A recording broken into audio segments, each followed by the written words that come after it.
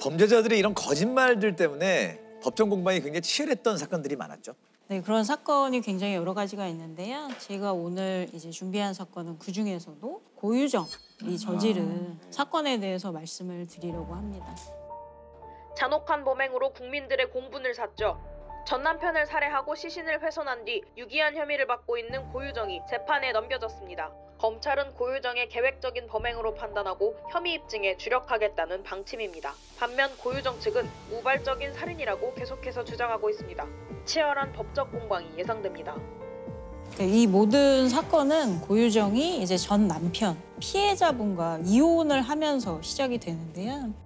이 두 사람이 2013년에 결혼하고 14년에 아이를 낳은 후에 이제 17년도에 이혼 조정을 하는데요. 친권과 양육권은 이제 고유정한테 가고 이 아이의 아빠, 전 남편은 한 달에 2번 아이를 면접 교섭하는 내용의 조정이 성립이 돼요. 그런데 문제는 고유정이 아이를 아빠한테 보여주지 않는 거예요. 그래서 1년이 넘어가도 이 상황이 반복이 되니까 전 남편, 이제 피해자분이 면접 교섭권을 이행을 하라고 법원에 그 신청을 내요. 근데 법원에 신청을 내고 고유정이 3번이나 법정에 출석을 하지 않아요. 그래서 과태료 처분까지 받고 드디어 이제 출석을 하게 돼서 그날 결정된 내용이 그 면접 교섭을 청주에서 진행을 하라라고 합의가 돼요. 그런데 고유정이 일방적으로 이 전 남편에게 문자를 보내서 제주에서 진행을 하자고 장소를 바꿔요. 근데 사실 이날은 피해자분이 2년 만에 아이를 처음 만나는 날이었어요. 그동안 아이를 보여주지 않아서. 그랬기 때문에 장소를 바꾼다고 하더라도 아이를 보고 싶은 마음이 사실 너무 크기 때문에 이제 달려가셨겠죠.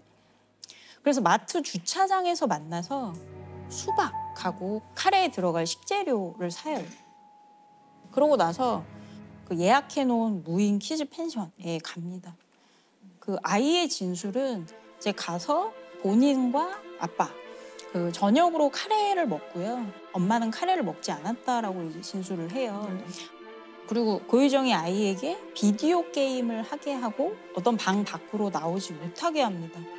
이제 그러고 나서 고유정은 미리 사두었던 식도로 남편을 살해해요.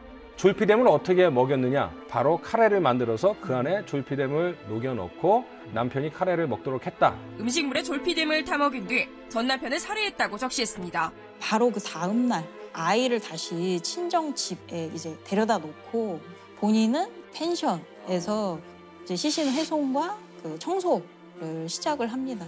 고유정이 제주도에서 굉장히 다양한 물건들을 마트에서 구입하고 또 제주도 본인의 친정으로 또 택배 배송을 시키는데 내용들을 보면은 일단 세제나 락스나 고무장갑과 같은 청소용품들을 사요. 고유정이 산 물건을 보면 범행을 실행하고 시신을 훼손하겠다는 계획을 미리 세웠다는 것을 짐작할 수 있습니다. 제주 펜션에서 전 남편을 살해한 고유정이 시신이 든 것으로 추정되는 쓰레기 봉투를 펜션 인근 쓰레기 분류함에 버린 장면이 CCTV에 포착됐습니다. 이제 이렇게 하고 나서 여객선에 다시 올라서 밤에 사람들이 이제 없는 틈에 어떤 쓰레기를 버리고 컴컴한 밤, 승객이 거의 없는 배에서 시신 일부를 7분간 해상에 유기한 고 씨. 검은 봉지 5개를 꺼내 바다에 버린 고유정의 모습이 CCTV에 포착되기도 했습니다.